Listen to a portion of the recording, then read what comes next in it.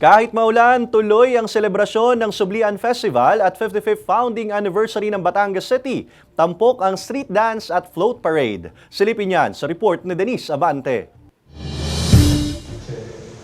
Masungit man ang panahon dahil sa walang humpay na pag-uulan, all smiles pa rin ang mga mananayaw ng Subli para sa Sublian Festival 2024 bilang bahagi ng 55th Batangas City Foundation Day. Ang mga kalahok mula sa 15 grupo na kinabibilangan ng 5 clusters ng bawat barangay sa lungsod, hataw sa sayaw.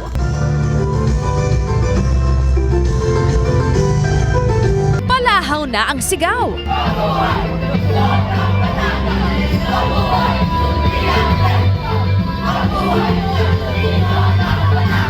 Maipakita lamang ang makulay at masayang kultura at tradisyon ng Batangas. Hindi rin mawawala ang pagtampok sa patron ng lungsod, ang Santo Niño ng Batangan, na pinaniniwala ang mapaghimala at makapangyarihan. Hindi rin nagpahuli ang mga naglalakihan at naggagandahang mga float. Bida ang mga produkto, yaman at kulturang Batangan na maituturing ng world class at pangmalakasan. Hinikayat namin ito para sa mga bata, lalo na higit sa mga bagong generation ngayon. Kasi napakahalaga ng kultura dito sa Batangas City, lalo na ang ating sayaw ng Subli. Ang 69 anyos na si Lourdes, hindi alintana ang pag-ambon. Minsan lang daw kasi siya makalabas ng bahay at makapanood ng mga kasiyahang gaya nito. Masaya naman. Kahit ganito na nakakapasyal-pasyal pa ako.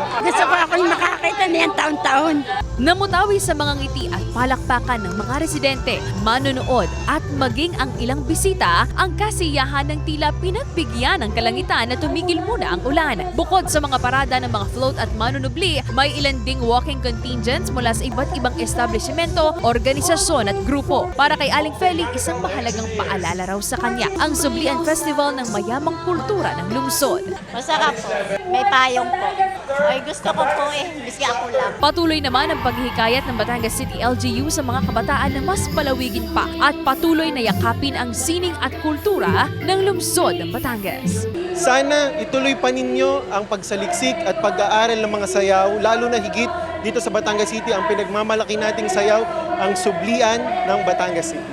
Kasama si J.R. Manjares, Denise Abante, Balitang Southern Tagalog.